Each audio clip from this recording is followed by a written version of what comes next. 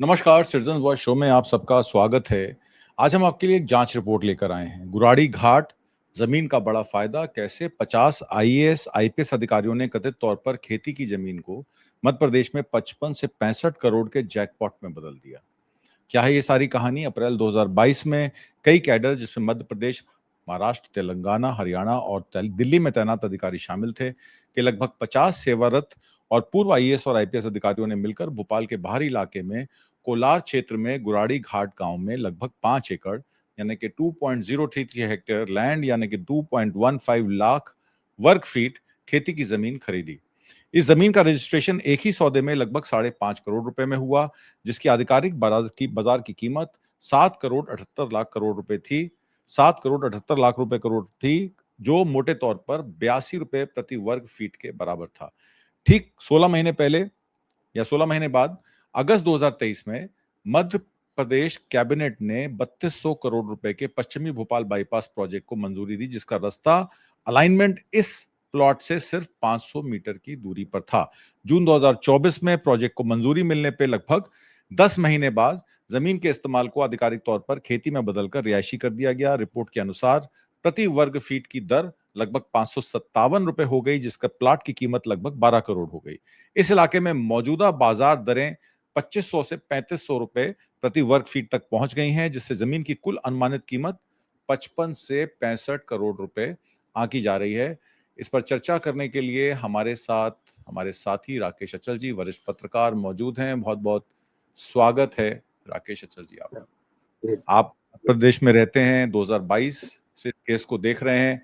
इसके कुछ पहलू मेरे पास सामने आए, मैं आपसे उसकी पुष्टि करना चाहता हूं कि अप्रैल 4 2022 में 50 आईएएस आईपीएस अधिकारियों ने ये 5 एकड़ जमीन 82 रुपए स्क्वायर फीट पर 5.5 करोड़ रुपए की आज की डेट में उसकी कीमत अगर 82 रुपए स्क्वायर फीट से आके तो 5.5 करोड़ रुपए उसकी कीमत जो है हो गई है। और मई 2026 यानी कि आज की डेट में इसकी कीमत जो है 11 गुना बढ़कर 55 से 65 करोड़ रुपए हो गई है, क्योंकि उसकी जगह की कीमत 2500 रुपए से 3000 रुपए वर्ग फीट जो है वो आ गई है। अब मैं आपसे ये समझना चाहता हूं कि जमीन का रजिस्ट्रेशन एक ही सौदे में लगभग 5.5 करोड़ में हुआ, जिसकी आधिकारिक बाजार कीमत उस समय भी 7 करोड़ 78 लाख रुपए थी। Western Bhopal bypass approved bypass है, जिसका 500 मीटर प्लॉट जो है उससे बाईपास से दूर है। लैंड यूज चेंज कराया गया, एग्रीकल्चरल से रेजिडेंशियल कराया गया। इसको कहते हैं प्री एम्प्टिव लैंड बैंक बनाना। अधिकारियों को पहले से पता होता है कौन सी स्कीम कहां आ रही है। ये कोई नई स्कीम नहीं है, बहुत पुरानी स्कीम है। पर अब भ्रष्टाचार के तरीके चेंज हो गए हैं। अब ग्रुप्स बनाकर इन जमीनों को खरीदा जा रहा है। इसके बारे में आपका क्या कहना है राकेश जी? धन्यवाद सिंह साहब। देखिए, मध्य प्रदेश में ये जो तरीका है वारदात है बहुत पुराना है। ये पहला प्रोजेक्ट नहीं है जिसके आसपास आईएएस और आईपीएस और पीडब्ल्यूडी के लोगों ने जमीनें खरीदी। इसके पहले भी जब प्रारंभिक स्तर पर इस तरह की योजनाएं बनती हैं, खासतौर पर हाईवेज की, तो ये योजना बनाते हैं पीडब्ल्यूडी के लोग। और पीडब्ल्यूडी में जो प्रिंसिपल सेक्रेटरी होता है वो होता है आईएएस। और वो इस तरह के समूहों का, चूंकि वो बहुत वरिष्ठ आईएएस तो नहीं होता, लेकिन ये है कि हाँ ठीक है, करीबन उसकी सर्विस 20 साल 15 साल की होती है। तो वो अपने प्रदेश में जितने भी चुनिंदा आईएएस, जो नौकरशाही, ऐसी नौकरशाही जो पॉलिटिकल दखल भी रखती है, जो मंत्रियों को चलाती है, मुख्यमंत्री को चलाती है, ये लोग डिजाइन से काम शुरू करते हैं। पहले तो डिजाइन तैयार करवाते हैं कि भाई आपको, हमको इस इलाके में जमीन सस्ती मिल सकती है, तो आप अपना बाईपास का जो नक्शा है इस तरीके से बनाएं। क्योंकि नक्शा बनाने से लेके, नक्शा नवीस से लेके नक्शे की स्वीकृति तक, ये सारे काम पीडब्ल्यूडी के होते हैं। और उसमें चूंकि सारे इंजीनियर्स होते हैं, उनके पास प्रशासनिक पावर नहीं होती। प्रशासनिक पावर सारी आईएएस के हाथ में होती। तो ये सारी जो रणनीति है वो आईएएस लॉबी बनाती है। और मध्य प्रदेश में पिछले, आप समझे, 20 साल से, जब से 2003 में बीजेपी की सरकार मध्य प्रदेश में आई, और उसके बाद जो शुरू के 1.5 साल को छोड़ दें आप, तो शिवराज सिंह के सत्ता में आने के बाद से ये चालबाजियां शुरू हुई। और केवल ये पहला हाईवे नहीं है, मध्य प्रदेश में जितने भी हाईवे निकले, 2 लेन 4 लेन 6 लेन, सबके साथ यही हुआ और वहां पर लोगों को रातों रात भनक नहीं लगती। और ये समूह आईएएस और आईपीएस के जमीनें किसानों से खरीद लेते हैं जबरन। मतलब उनको अगर जमीन वो न दें तो उन्हें डराते हैं, धमकाते हैं, उनके खिलाफ मुकदमे दायर कर देते हैं या उनको ब्लैकमेल करते हैं किसी भी तरह से। तो बल्क में जमीन खरीदते हैं और उसके बाद जब जमीन इनके हाथ में आ गई, वो तो कृषि जमीन होती है, फिर ये नक्शे को अप्रूवल के आगे बढ़ाते हैं और जैसे ही नक्शा अप्रूव होता है तो बाजार भाव उसका जमीन का एकदम खूब करता है, 4 गुना बढ़ जाए, 6 गुना बढ़ जाए, ट्रैफिक के हिसाब से होता है। तो ये वेस्टर्न बाईपास तो चूंकि एक्सपोज हो गया, हालांकि मेरे संज्ञान में ये 3 साल पहले से था और मैंने इस पर खबर भी लिखी थी कि इस तरह से पीडब्ल्यूडी और आईएएस आईपीएस लोगों ने मिलकर के इसकी डिजाइन को चेंज कराया है। ये निकलना कहीं और से था, इसको जानबूझ के इस तरफ ले गए कि वो इन्हें जमीन बल्क में इस तरफ मिली थी जहां इन्हें खरीदी है। तो ये इसमें जो संज्ञान में पूरी सरकार को ये पता था। मंत्रिमंडल में ये प्रस्ताव जाते हैं, वहां भी ब्यूरोक्रेसी रहती है। हर विभाग का चीफ सेक्रेटरी होता है, हर विभाग, और मध्य प्रदेश का चीफ सेक्रेटरी वो भी वरिष्ठ आईएएस होता है, उसका भी हिस्सा इसमें है। तो बड़ी आसानी से ये लोग अपनी योजनाएं अपने ढंग से तैयार कराते हैं। कहावत होती है ना, अपना हाथ जगन्नाथ। उन्हें किसी पॉलिटिकल आदमी से पूछने की जरूरत नहीं है, उसकी उपयोगिता वो सिद्ध कर देंगे। अगर कोई मान लीजिए किसी ने आप जैसे लोग के सलाह से आपत्ति भी की कि भाई आप ये जो डिजाइन चेंज क्यों कर रहे हो, तो वो उसको संतुष्ट कर देंगे कि नहीं साहब, इसको डिजाइन चेंज करने में हमारा इतना प्रोजेक्ट पर फायदा हो जाएगा, इतनी लागत कम हो जाएगी। और एनी हाउ वो उसको अपने ढंग से अप्रूव कराते हैं और अप्रूव कराने के बाद उन्हें पता है कि सरकार उनका कुछ नहीं बिगाड़ पाएगी। और नहीं बिगड़ा है। पिछले 20-22 सालों में जितने प्रोजेक्ट ऐसे बने हैं, आप ये तो एक पकड़ में आ गया, क्योंकि बड़े अखबारों ने इसको दोबारा से इसका फॉलो अप कर दिया। हालांकि सरकार के संज्ञान में ये 2022-23 से, मतलब मुझे तो याद आता है जब ये डिजाइन बनी थी, उस समय मैंने ये खबर अपनी महानगर पत्रिका हम लोग निकालते थे उसमें छापी थी, लेकिन तब किसी ने ध्यान दिया नहीं। अब क्योंकि बड़े अखबार और बड़ी मैगजीन ने इसको हाईलाइट किया है तो थोड़ी सी चर्चा है। लेकिन मेरी जानकारी है कि आईएएस लॉबी बिल्कुल निश्चिंत है, उसे इससे कोई भय नहीं है कि ये एक्सपोज हो गए और वो अपनी तरह से अपना काम कर रहे हैं। इसमें अधिकारियों ने अपनी अचल संपत्ति रिटर्न यानी कि आईपीआर्स में ये खरीद को समान विचारधारा वाले अधिकारियों द्वारा किए गए निवेश के रूप में दिखाया। 12 मई 2026 यानी कि आज तक इस मामले में किसी भी आधिकारिक जांच की घोषणा नहीं की गई है। आप कह रहे हैं वो निश्चिंत हैं, कुछ नहीं होने वाला है। इस खरीद के समय से को लेकर अंदरूनी जानकारी यानी कि इनसाइडर इंफॉर्मेशन, हितों के टकराव और नौकरशाही, सत्ता के दुरुपयोग के व्यापक आरोप जो आप बता रहे हैं, आप लोग भी लगातार 2022 अप्रैल में ये उजागर हुआ था वेस्टर्न बाईपास का, तब से ये चल रहा है मामला, 4 साल हो गए हैं इसको। अब इसमें बात ये आ जाती है कि अगर इस तरीके से खरीदारियां हो रही हैं, मध्य प्रदेश मंत्रिमंडल ने 3200 करोड़ रुपए की मंजूरी इस बाईपास को दी। आपने देखा नेशनल हाईवे प्रोजेक्ट के तहत वर्ल्ड बैंक से, आईएमएफ से जितना पैसा आता है हमारा, वो इन हाईवे प्रोजेक्ट्स के लिए आता है। पहले वो वर्ल्ड बैंक से सैंक्शन किया जाता है, फिर वो उसको देखा जाता है कि वो स्टेट हाईवे अथॉरिटी के पास जाएगा कि नेशनल हाईवे अथॉरिटी के पास जाएगा, उसके बाद वो प्रोजेक्ट्स लिए जाते हैं। द्वारका एक्सप्रेसवे का भी ऐसा एक प्रोजेक्ट था जो 2 करोड़ रुपए पर किलोमीटर एलिवेटेड हाईवे, यानी कि नॉर्मल हाईवे जो है वो 20 लाख से 25 लाख रुपए में बन जाता है। एलिवेटेड हाईवे की जो कॉस्ट है, बिकॉज लैंड कॉस्ट यहाँ ज्यादा है, एक्विजिशन कॉस्ट 2 करोड़ रुपए आकी गई, पर जब वो सड़क बन के तैयार हुई तो 20 करोड़ रुपए से 200 करोड़ रुपए किलोमीटर उसका रेट लगा, जिसका टोल आज तक हम लोग दे रहे हैं। मतलब अगर आपको सोना जाना है, 20 किलोमीटर की राइड आपको 200 रुपए एक गाड़ी कॉस्ट करती है। कितने साल चलेगा पता नहीं। तो ये टीओटी बीओटी बेसिस पर जिस तरीके की एक लूट तंत्र, कृषि भूमि को पहले आवासीय भूमि में कन्वर्ट कराइए, उसके बाद लैंड यूज चेंज करा के उसका एफएआर कराइए, एफएआर करा के उसको पर वर्ग फीट के हिसाब से बेचिए बिल्डरों को, बिल्डर आगे फिर जो जिनको घर बनाने होते हैं उनको लूटते हैं।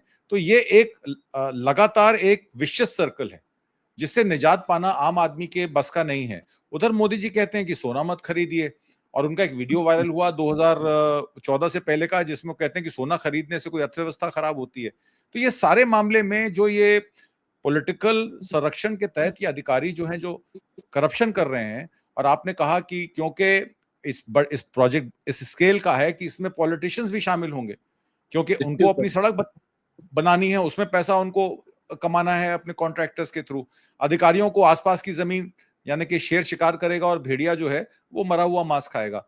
तो ये जो चीजें चल रही हैं डबल इंजन की सरकारों में, तो क्या कांग्रेस की सरकारें जो पहले, जब आपने तो सब देखा हुआ है, और भारतीय जनता पार्टी के 20 साल की सरकार आपने देखी हुई है, क्या कुछ बदला है आम आदमी के लिए मध्य प्रदेश में?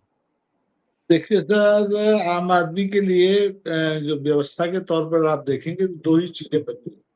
कांग्रेस की सरकार मैंने देखी है, श्यामाचरण शुक्ल का मत सरकार भी मैंने देखी है, आप पीसी सेठी की भी देखी है, और अभी अर्जुन सिंह जो सबसे चर्चित हुआ करते थे मध्य प्रदेश के मुख्यमंत्री, उनकी भी देखी। तो उन सरकारों में भ्रष्टाचार तो था, लेकिन कम से कम एक सोच थी, समाजवादी सोच थी कि हितग्राही को भी लाभ मिले जो मूल की हितग्राही है। उसमें इस तरह की खरीद फरोख्त मेरे संज्ञान में बहुत ज्यादा नहीं हुई। लेकिन पिछले 20 साल में आप देखें, किसी भी शहर में एलिवेटेड रोड बन रहा हो, चाहे जैसे हमारे ग्वालियर में बन रहा है, भोपाल में वेस्टर्न बाईपास है, और लगभग हर शहर में इस तरह से बाईपास डिजाइन किए गए और बनाए गए। तो उसमें उसकी डिजाइन से लेके और उसके निर्माण तक, ठेकों तक, उस सब में आईएएस आईपीएस लॉबी का निवेश है, राजनीतिक दलों का निवेश है, यहाँ तक कि मंत्रियों के निवेश है। लेकिन वो सब बैकडोर से निवेश करते हैं तो पकड़ में नहीं आते, और फिर चोर चोर मौसरे भाई। मैं और आप अगर शिकायत कर भी दें तो मेरी शिकायत की जांच आईपीएस को करना है, आईपीएस की शिकायत की जांच आईएएस को करना है, तो किसी का कुछ बिगड़ता नहीं है। और भारत मध्य प्रदेश में दुर्भाग्य ये हुआ है कि पिछले 15 सालों में जब तक शिवराज सिंह रहे, ये जो सरकार चली है, ये ब्यूरोक्रेट्स ने चलाई। पहले कांग्रेस के जमाने में सरकार पर ब्यूरोक्रेट हावी नहीं हो पाते थे, लेकिन पिछले 15 साल से ब्यूरोक्रेसी जैसे चाह रही है वैसे ड्राइव कर रही है। और अब तो स्थिति ये है कि आज आधी से ज्यादा ब्यूरोक्रेसी भगवा हो चुकी है। वो उसका स्वर, उसका सोच और ये धंधों में निवेश मिलजुल के होने लगा है, इसलिए ये भ्रष्टाचार और बड़े लेवल पर हो गया है। और आप देखेंगे कि अभी पिछले दिनों हर साल आईएएस आईपीएस को अपनी संपत्ति की घोषणा करनी पड़ती है कि उसके पास उसने कितनी संपत्ति अर्जित की या पैतृक है जो भी है। आधे से ज्यादा आईएएस आईपीएस ने अपनी संपत्ति का ब्यौरा नहीं दिया। किसी एक को नोटिस ना मध्य प्रदेश की सरकार ने दिया, ना भारत सरकार के कार्मिक विकास मंत्रालय ने दिया कि भाई आप अपनी संपत्ति बता क्यों नहीं रहे। जबकि बेनामी संपत्तियां करोड़ों करोड़ों की अधिकारियों ने निर्णय ले रखी हैं, और अधिकांश निवेश जो है मध्य प्रदेश में भोपाल और इंदौर में हुआ है। बाकी शहरों में इतना नहीं है, क्योंकि भोपाल और इंदौर व्यावसायिक दृष्टि से, प्रशासनिक दृष्टि से महत्वपूर्ण है। तो जो आईएएस और जो आईपीएस रिटायरमेंट के करीब होता है, 2-4 साल पहले से इस तरह की प्लानिंग में हिस्सेदार हो जाता है, और बाद में वो बड़ी चैन से अपनी जिंदगी गुजारता है, उसे मालूम है कुछ होना नहीं है, और अभी तक नहीं हुआ किसी भी घोटाले में अभी तक। अभी ताजा उदाहरण आपको बताऊं, भोपाल शहर में एक रेलवे ओवरब्रिज बना, आरओबी, उसको बनना था 119 डिग्री पर, बना दिया 90 डिग्री पर, यानी आपको टर्न के लिए कोई जगह नहीं है, वहां आपका एक्सीडेंट होना ही है, टेल एंड पे आ गए। मामला उजागर हुआ, 1 दर्जन से ज्यादा पीडब्ल्यूडी के अधिकारियों को निलंबित कर दिया। 1 साल तक वो निलंबित रहे, उनके खिलाफ कोई कार्रवाई नहीं हुई, केवल एक आरोप पत्र दे दिया, उन्होंने उसका जवाब सुन लिया और चुपचाप से उन्हें सबको बहाल कर दिया, सबकी नई पोस्टिंग कर दी, और अब जांच का नाटक कर रहे हैं। तो यही स्थिति इसमें भी है। यानी जो वेस्टर्न बाईपास का मामला है, इसमें लिप्त जो लोग थे, जिन लोगों ने डिजाइन किया था, जिन लोगों ने इसकी प्रशासनिक स्वीकृति दी थी, जिन लोगों ने इसके लिए वित्तीय व्यवस्थाओं में हिस्सा लिया था, उनमें आधे से ज्यादा लोग तो रिटायर हो गए। आप उनके खिलाफ कोई कार्रवाई कर ही नहीं सकते, क्योंकि वो तो अपना हिस्सा लेके अलग हो गए। असली निवेश तो इसमें नौकरशाही का और पॉलिटिकल लोगों का है। पीडब्ल्यूडी के लोग तो अपने हिस्से का मार्क्स लेके चलते फिरते हैं। दोषी हालांकि वही है, क्योंकि वही लीक करते हैं कि ये प्रोजेक्ट बनना है, वही ये बताते हैं कि साहब इसको अगर हम ऐसे डाइवर्ट करेंगे तो आपको ये फायदा हो जाएगा। तो ये गोलमाल लंबे अरसे से चल रहा है। और देखिए, मैंने जो शुरू में कहा कि चोर चोर मसले भाई, शिवराज सिंह के टाइम में ये मामला हुआ, और 2.5 साल से मध्य प्रदेश में मोहन यादव जी मुख्यमंत्री हैं, उनके संज्ञान में यह मामला है, किसी के खिलाफ कोई कार्रवाई नहीं, ना ईओडब्ल्यू में गया कोई, ना ईडी में गया, ना कोई सीबीआई में गया, यहाँ तक कि पुलिस थाने में एक रिपोर्ट नहीं हुई इस तरह से ये गड़बड़ घोटाले हुए हैं। तो सब एक ही कुएं में भांग पड़ी हुई, कुछ कर नहीं सकते। इसमें आपने बताया राजस्व विभाग, पीडब्ल्यूडी, लोक निर्माण विभाग और विधायिका शामिल है अधिकारियों के साथ इस तरीके की चीजें करने में। एक सवाल और है आपसे, आपने अभी बात की सीबीआई रिपोर्ट की, एक सीएजी की रिपोर्ट है 2025 की, मध्य प्रदेश के आईटी पार्क का गलत इस्तेमाल, आईटी कंपनियों के लिए आरक्षित प्लाट, नर्सिंग कॉलेजों, निजी इस्तेमाल आदि के लिए दिए गए। इसमें प्रक्रिया से जुड़े बड़े पैमाने पर उल्लंघन हुए, राज्य निगमों की ओर से निगरानी में भारी कमी पाई गई। तो ये तो टोटली पॉलिटिकल है कि आप आईटी की जमीन जो है नर्सिंग होम्स को दे रहे हैं, कॉलेजेस को दे रहे हैं, और वो सारे कॉलेज चलाने वाले ट्रस्ट जो हैं वो पॉलिटिशियंस के हैं। देखिए, इसमें हकीकत ये है, ये मामला जो सीएजी की रिपोर्ट में है पूरे प्रदेश का मामला है, और हर बड़े मेट्रोपॉलिटन शहर में, जो मध्य प्रदेश के हिसाब से मेट्रोपॉलिटन कहलाते हैं, संभागीय मुख्यालयों पर, तो केंद्र सरकार की योजनाओं, वित्त पोषित योजनाओं के तहत हर शहर में आईटी पार्क बने, रेडीमेड गारमेंट पार्क बने, और तरह तरह की योजनाएं आई। पार्क बन गए, ठेके हो गए, बिल्डिंग बन गई, सब प्लॉट कट गए, लेकिन कोई उनको खरीदने वाला नहीं मिला, वो खंडहर होने लगे।